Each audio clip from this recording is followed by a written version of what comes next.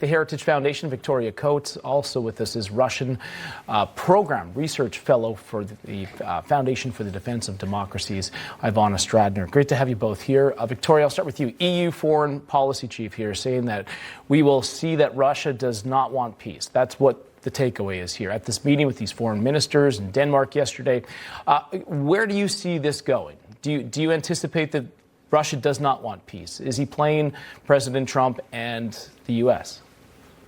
John, good to be with you. I think that this is going to be the diplomatic equivalent of a long, hard slog. I think it is a very difficult and intractable problem that we have between Russia and Ukraine. But there are some reasons to think we might make some progress here. Ukraine, I think, has a lot more confidence in President Trump than they did in President Biden to actually strike a tough deal with President Putin. And I think also you have some Russian economic problems gathering on the horizon that can motivate Putin to actually start to make some concessions to get out from under these sanctions that President Trump hasn't put on them yet. He still has that card. He has that leverage. So I think again, this is going to take time, but we may start to see some progress in coming days. Yeah, absolutely. Ivana, I want to get your thoughts on this, because right here on Newsmax, Ukraine's head of the Office of President said that Russia is ignoring President Trump's request to negotiate lasting peace. I want to play this soundbite for you.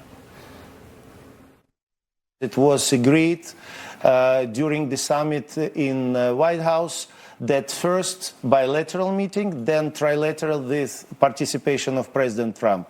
Unfortunately, what we see during this period of time, we didn't see any signal just for the preparation of these meetings.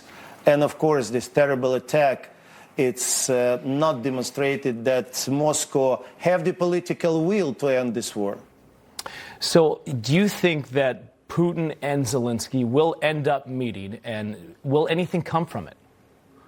I don't believe that such meeting is going to happen anytime soon. As a matter of fact, Russian Minister of Foreign Affairs was very clear about that. What Putin is trying to do, he's trying to buy more time. The problem is that Putin is also playing with fire, as we just heard that actually we do have cards, because the most important guarantee in Ukraine is a strong Ukrainian military, which means that more weapons to Ukraine can alter Putin's behavior, but more importantly, a Russian center of gravity is energy, and that's something that we should be targeting with sanctions.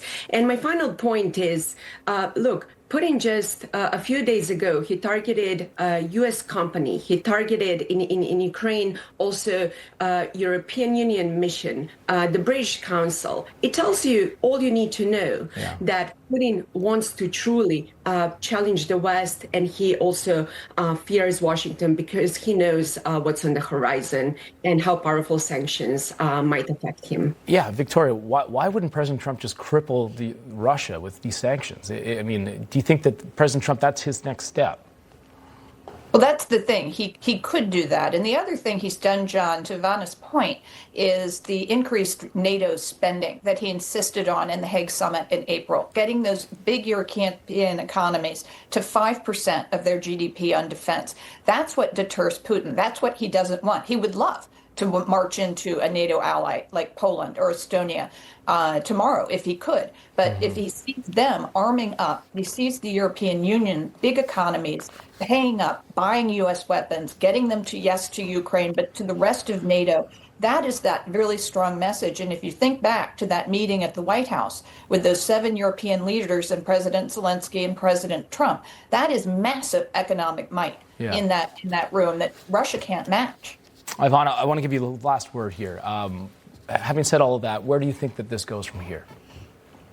It goes from here that Putin is going to continue with his quest until he's stopped. And I do believe, I firmly agree with Victoria, that Putin did not fear President Biden, but he actually fears President Trump. And actions speak louder than words, and Putin knows that. So our sanctions would truly be a nightmare for Putin. We shall see what happens next. Victoria Coates, Ivana Stradner, thank you so much for coming on Sunday.